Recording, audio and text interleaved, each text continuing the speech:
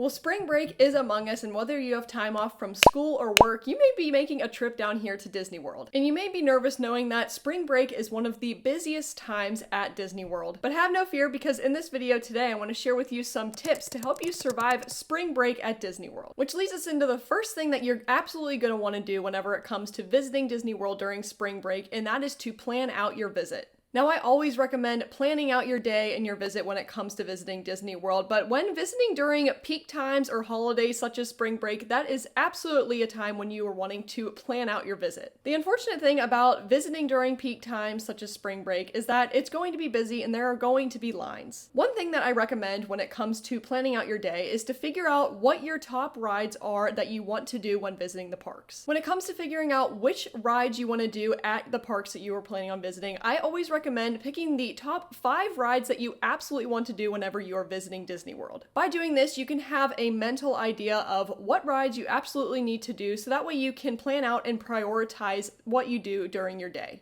Depending on what Disney parks you're visiting as well, I recommend doing some research ahead of time and figuring out what rides in each of the parks usually have the longest wait time. Disney World has 4 theme parks, and each of the theme parks have their own rides that usually have long wait times. For Magic Kingdom, you have Seven Dwarfs Mine Train. For Animal Kingdom, you have the Flight of Passage. For Hollywood Studios, you have Rise of the Resistance. And for Epcot, you have Frozen Ever After. During the day, these wait times can get very, very long, and you want to be able to avoid that, which leads us into our next tip. To avoid long wait times and to make the most of your time in the parks that you are visiting, I recommend getting to the parks as early as possible. Before visiting the parks, you can always check out and see what times the parks actually open and close the day that you will be visiting. What I recommend is getting to the park entrance a half hour or sometimes even an hour before the park actually opens. At times, you will actually be able to be let into the parks, but not actually get to the rides yet. But this here is for Disney World Resort guests. If you are staying at a Disney World Resort, Disney does allow resort guests to be able to enter into the parks a half hour before regular park guests. During peak seasons, I absolutely think it's essential to take advantage of all of the extra time that you have whenever it comes to getting into the parks. By doing rope drop or by getting into the parks early, it can help you to get to some of the attractions early that usually get long wait times during the day. So this will be able to help you check off the main attractions in each of the parks and get to some other things during the day. Going along to getting to the parks early, I recommend if you're staying on Disney property and are using Disney World transportation, getting to the transportation as early as possible. Now, whenever the parks are opening or whenever the parks are closing, Disney transportation can get pretty busy and lines can definitely get long to get onto the transportation. I know at some Disney resorts I have seen when it's early in the morning and the parks are opening, the bus lines can get very long to get to the parks, as well as the Skyliner line can get very long to get to the parks. As they say, the early bird gets the worm, and to make the most of the time that you have at Disney World, I recommend getting up as early as possible, getting to that transportation, so that way you can get there whenever the parks officially open. Okay, now let's talk about if you are wanting to skip some of these long lines that you will be experiencing. One tip that I want to recommend is before you go to Disney World, I recommend checking out the Disney Genie. Now, I'm sure in your Disney planning by now you have seen so much about this new Disney Genie system, but in case you are new to it, I'll give you a brief synopsis. Basically, Disney has gone away with their Fast Pass system and has moved towards this Disney Genie system, which is a paid option. What you can do is you can pay $15 per day per guest, and for select attractions, it will allow you to select times that you are able to go through their lightning lane. Essentially, the lightning lane is the old Fast Pass lane that you would go through to get onto the ride.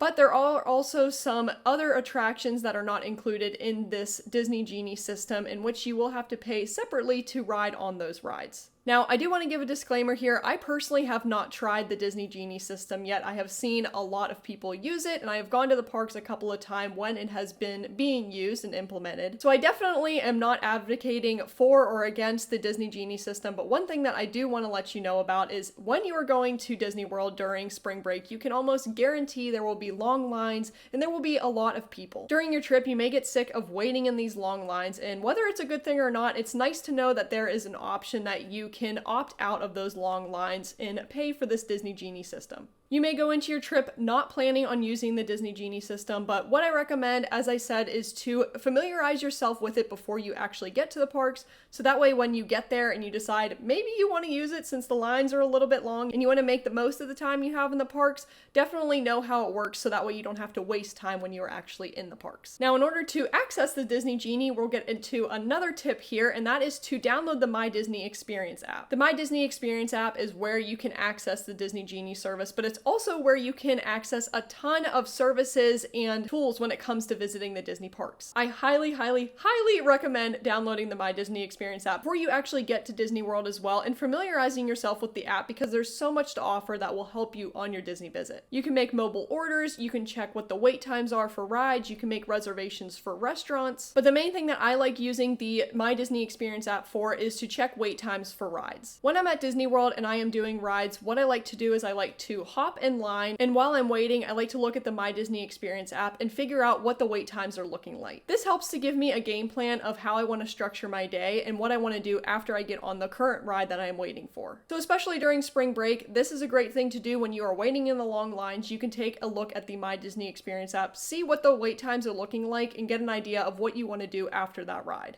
Now, let's talk a little bit about food tips, but before we do that, I want to invite you to hit that subscribe button below so that way you can keep up with more ways on how to make the most of your Disney travels. And when it comes to eating food in Disney World at Disney restaurants, the one thing that I absolutely recommend and love to do is to make dining reservations ahead of time. This is important any time of the year, but when it comes to peak seasons such as spring break, you absolutely are going to want to have a dinner reservation if you are planning on eating at a Disney restaurant. As I mentioned, there's going to be a lot of people in the parks, a lot of people are going to want to be eating at these restaurants, and so I highly recommend, if you know what you're going to be doing and where you want to be eating, make the reservations as soon as possible. Select Disney restaurants do have a walk-up waiting list that you can put your name on if there's a table available, but when you walk up to the hostess stand and you say that you need a table for 5, they may look at you a little funny because of how busy it really is. So have those reservations made ahead of time. But if you aren't wanting to do a sit-down restaurant when at Disney World and you still want to avoid the long lines when it comes to getting food at quick service restaurants, what you can do is you can do mobile ordering on the My Disney Experience app. By doing this, you can select what time you want to go and pick up your food. You can order it on your phone, pay for it on your phone, and you can go relax in a separate area while your food is being made. Then once your food is made, they will alert you and you can go ahead and go pick it up. Personally, I think this is a lot less stressful of a process than waiting in line with a lot of other people, and it can allow you to go and find a table where you can eat at.